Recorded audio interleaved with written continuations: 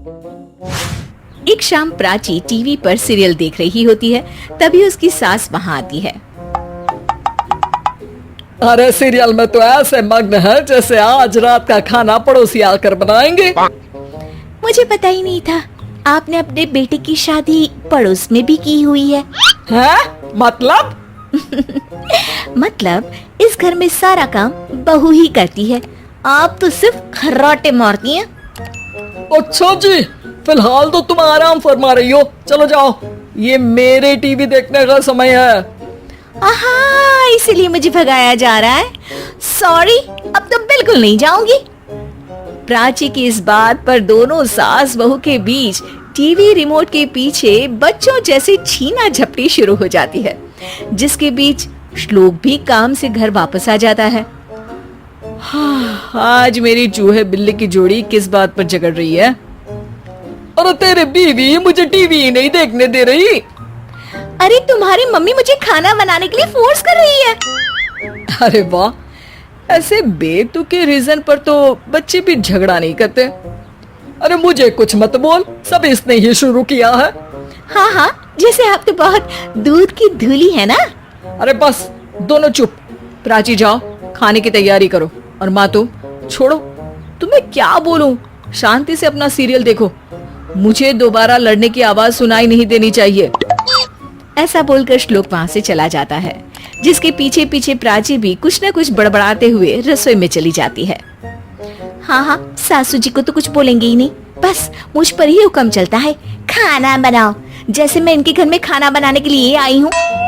इसी तरह शाम बीतती है और रात को श्लोक और प्राची की सास खाना खाकर सोने चले जाते हैं, लेकिन प्राची गुस्से में कुछ खाए बिना काम में ही लगी रहती है। इस घर में किसी को घंटा फिक्र नहीं पड़ता, मैं खाऊं या भूखी रहूं। प्राची कुछ देर के लिए रसोई से बाहर जाती है और जैसे ही वापस आती है तो वहाँ दूध का भरा ग्लास देखकर हैरान रह जाती है। फिक्र पूरी है, बस दिखाना नहीं है। प्राची दूध पीकर सोने चली जाती है और अगली सुबह एक बार फिर सास बहू का कार्टून नेटवर्क स्टार्ट हो जाता है। ये तुमने ही किया है। अरे अजीब जबरदस्ती है, मैं बोल रही हूँ मैंने कुछ नहीं किया। दोनों ने मिलकर पूरे घर को पागल खाना बनाया हुआ है। यहाँ कोई नॉर्मल इंसान तो रह ही नहीं सकता, इसीलिए अब पड़ोसी क्या रिश्तेदार भी घर आने से कतराते हैं। और सुन बेटे, तू भी चंगा, तेरी माँ भी चंगी, तेरी बीवी भी चंगी, रिश्तेदार।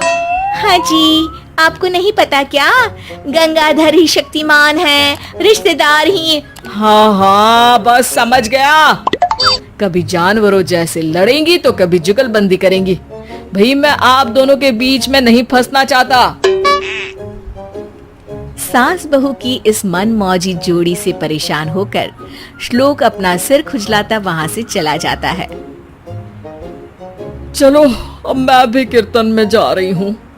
इस पर जैसे ही सास कमरे में अपना पर्स लेने जाती है तो वहाँ नाश्ते की प्लेट रखी देख मुस्कुराने लगती है और नाश्ता करके घर से बाहर निकलते हुए कुछ पैसे टेबल पर रख जाती है, जिसके कुछ देर बाद सिलेंडर वाला घर आता है। ओ मुरी मैया, मैं सिलेंडर के बारे में तो बिल्कुल भूल ही गई थी। घर खर्च के सारे पैसे भी मम्मी के पास है और श्लोक से बोला तो उल्टा 4 बात सुनाएंगे। प्राची ये सोच ही रही होती है कि अचानक उसका चेहरा चमक उठता है और वो घर में आकर इधर उधर देखने लगती है।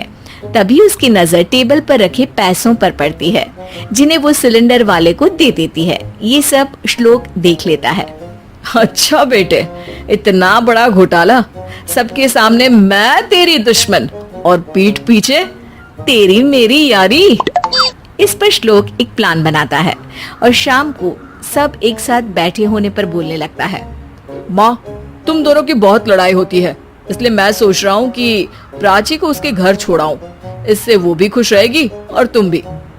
अचानक श्लोक की ये बात सुनकर सास बहू शौक से उसकी तरफ देखती हैं।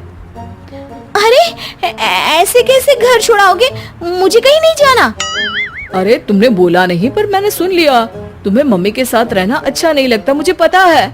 अरे वो अरे, जब बहू खुद कुछ काम बोले तो वो तुझे सुनता नहीं, और अब जो इसने बोला ही नहीं वो तू समझ गया। जब उसे नहीं जाना तो फिर जबरदस्ती क्यों कर रहा है? अच्छा, फिर आपको मौसी के घर छोड़ाता हूँ, बस अब आप दोनों एक घर में एक छत के नीचे नहीं रह सकती। मैं इस टॉम एंड जेरी की जोड़ी को और नहीं झेल सकता। है? ऐसे कैसे नहीं रह सकते? तुम्हें इतनी दिक्कत है तो तुम्हारा बोरिया बिस्तर पैक कर देती हूँ, लेकिन मम्मी जी कहीं नहीं जाएंगी। बिल्कुल यही सुनना था मुझे। अगर दोनों में इतना ही प्यार है फिर हर वक्त ये लड़ाई का नाटक क्यों करती हो? देखा मैंने कैसे माँ किचन में दूध रखती है और तुम उनके लिए कमरे में नाश्ता रखती हो, और कैसे वो पहले ही तुम्हारी दिक्कत समझकर घर में पैसे रखकर बाहर जाती है। अरे भाई, इतना ड्रामा तो डेली सोप में भी नहीं होता जितना तुम दोनों ने इस घर में फैलाया हुआ है।